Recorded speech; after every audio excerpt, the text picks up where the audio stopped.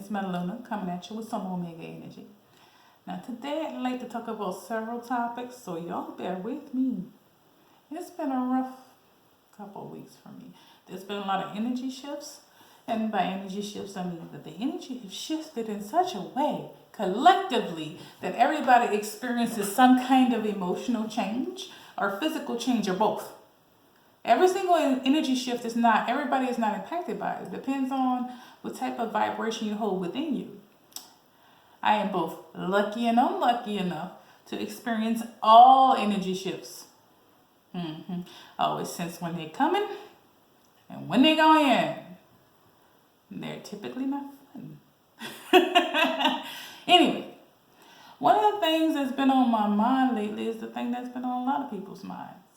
What's been going on in the current zeitgeist with the slap, the Will Smith slap. And some people think it's fake, some people think it's real. It doesn't matter for this conversation whether it's been contrived or not. It starts a dialogue on a lot of different topics, and I'm going to share some things with you today, so buckle the hell up. I'm in fiery energy today, can y'all tell? Anyway, now, on its premise and its surface, I'm going to play a devil's advocate and be like, okay, that there's nothing about that was staged or contrived. We're going with that premise for now, okay? Because it doesn't matter either way for the points I'm going to make. One, Chris has been disrespecting in some ways. In comedy, you gotta be able to take a joke. But when somebody is constantly digging at one person over and over and over again, because see, the one thing a lot of people are not sharing is that Chris Rock has been in some way disrespecting through comedy. Jada Pinkett, I don't know what's going on behind the scenes between them two. Every single time he hosts the Oscars. Now, on top of that, Will Smith has been dealing with a lot of levels of disrespect in front and behind the scenes. Now, think about this from a historical context. Okay? I'm going to need you guys to follow me so that you can understand why that there's some divides between those who are culturally understanding why it happened and almost applaud it, and those who do not. See, historically, people of color, black women, for lack of better terminology, because African American, even though that's a term being used, is not something that I fully ingratiate myself in, because there seems to be very little respect of it in this place. And I mean, when I say this place, I mean this country. But culturally speaking, black women, during times of injustice, indifference, and slavery, were routinely disrespected by pretty much everyone. And their black counterparts, their spouses or significant others, had to sit there and watch other people disrespect them under threat of harm. Okay? This is a learned behavior. Now, over time, their family structures, even those who would fight back, were tortured, killed, and everything else in between. Now, there's a lot of people who don't know this, so I'm going to tell you.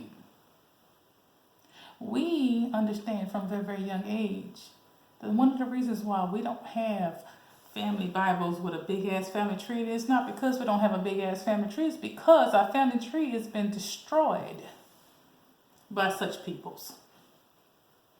See, the thing about it is, it's horrible enough to currently see a woman like Miss Jackson, the honorable judge, who's fighting for a spot on the Supreme Court, being treated the way she's being treated and it being accepted, while also seeing another black man disrespect a woman with alopecia.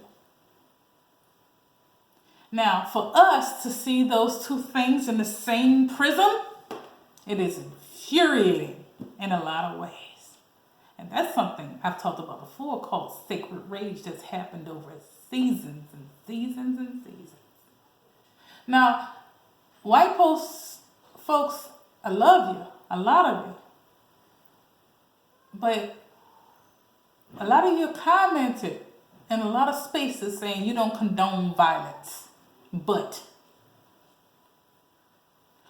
even if you agree with what Will did, yeah, who asked for your fucking permission for violence? Because everything you are and everything you get to do was paid for with violence. Just because you currently don't condone it, that don't mean that you don't live by proxy of it. The rest of us don't have that luxury all the time. And if we're lovingly telling you that so that you can shut the fuck up, please be welcome to a seat. Okay? Now, do we condone violence? Not necessarily. But sometimes violence is necessary to prove a point. We already have a lot of white men right now shitting on everything that it is of black women in the public spectrum. We do not need one of our kings to also be shitting on us. And it's very, very just to have another king get up and slap his fucking face. Because not enough kings have done this or had the ability to do so in defense of us. One of the reasons why the current paradigm has this terminology of the strong black woman is because we had no choice but to be such. Our protection was taken from us in various ways, through genocide, false imprisonment, disenfranchisement. And one of the first things people who pretend to not be bigots say is that, what about black fathers? What about them? You mean the ones your ancestors either murdered or taught that family didn't mean shit over and over again until it was a culturally ingrained stereotype? And you think that's just about prisons? No, this goes all the way back to times of slavery. It didn't matter if you were married, if you had kids. They sold us, and when I say us, I mean my ancestors, out of their own families into other plantations based on need, money, like as if they were animals. There's no sense of family when you do that enough times and in enough generations over 200 years. And then whatever sense of family that was left was destroyed by lynchings and constant destruction of the financial institutions that any of them tried to build.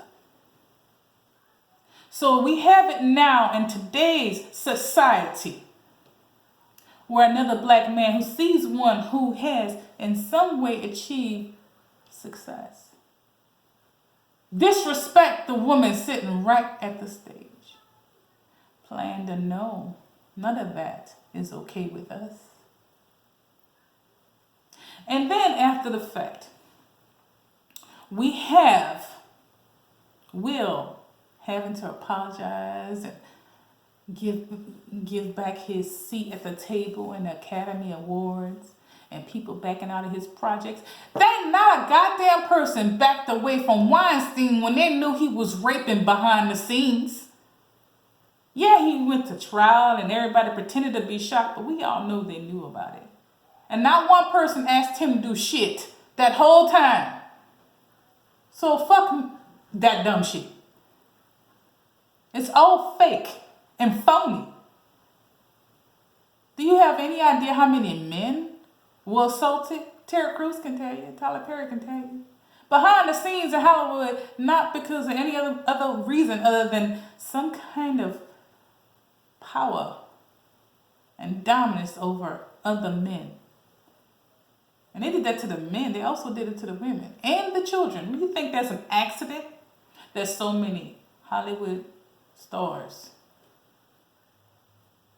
have mental health issues, especially those who started as children and they grow up to be addicts? Addicts develop Not because somebody just decided, you know what, I'd like to have drugs and stay on them. Nobody enjoys that. That is born mostly of trauma. You mean to tell me someone who had fame and fortune grows up to be an adult and they're traumatized? How the fuck do y'all think that's happening?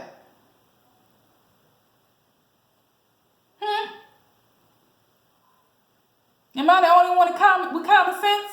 Or we all can continue to pretend like violence isn't all around us? And you pretend to be upset and beguiled. How dare he slap someone? You know, how dare they do a lot of things?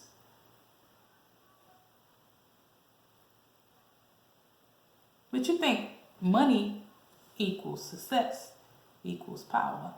And you know what? Everybody has allowed that to be true up until current energies. But it's being torn down and broken. So miss me and others like me with your fake disgust. Because one of the things I've learned recently is that the term Karen is so damn true. But it's not just for the bigots or the over bigots. It's also for white women who violently violate other people's lives with their words and actions and thinks that that's not also violent. It is violent every single time you take glee in the pain of others when you could have walked away. It is violent every single time that you prefer to get somebody written up or fired as opposed to telling them what your needs are and that they weren't met in a calm and just manner. Or, I don't know, fire them if they don't do their job well or go to somewhere else. Take your business elsewhere while also shutting the fuck up. See, y'all seem to not know how to do that shit well. However, somebody else gets violent, you want to pretend like you don't get violent every single week of your life. You think that there's a difference between that level of violence and the other level of violence? See, Chris got to go home, lick his wounds and be just fine, eventually hugging his money. But if you get somebody fired from their job, their whole life is fucked up. And that's your intention when you do these things, when you act like Karens. And that's the ones who are saying the most shit about Chris getting slapped. Please go have some seats in your comfy ass existence. Nobody wants to hear from you. Especially if you're not going to be supportive and understanding in some kind of empathetic way. We do not care. Okay? Long as you know, trust, and understand that. Anybody who'd like to have a problem with this can send their issue right to the garbage. I don't want no smoke from you. I really do not. And I certainly hope you understand. You do not want smoke from me. Now, on to another topic since we have time. And people are talking about Will and Jada's marriage like as if she deserves to be disrespected because she cheated on Will. Well, let me talk to y'all about the institution of marriage real quick since we got time. The institution of marriage was built just like the institution of slavery was built. Ownership. We've been socialized as young ladies, little girls, to idolize the idea of being mothers. This ain't the first time it's been talked about, and I'm not a feminist necessarily, but I'm not against it. Kaiju. Sorry, my dog, y'all. To really, really cherish the idea and notion of being mothers and wives. So much so to the point where, do you even remember when you got the notion to put your name plus your crush's last name in your little folders and binders? Do you know how that's been socialized into you? Do you have any idea? Hold on one second, y'all. I'm going to get his butt because he can feel my energy and he's going ape shit.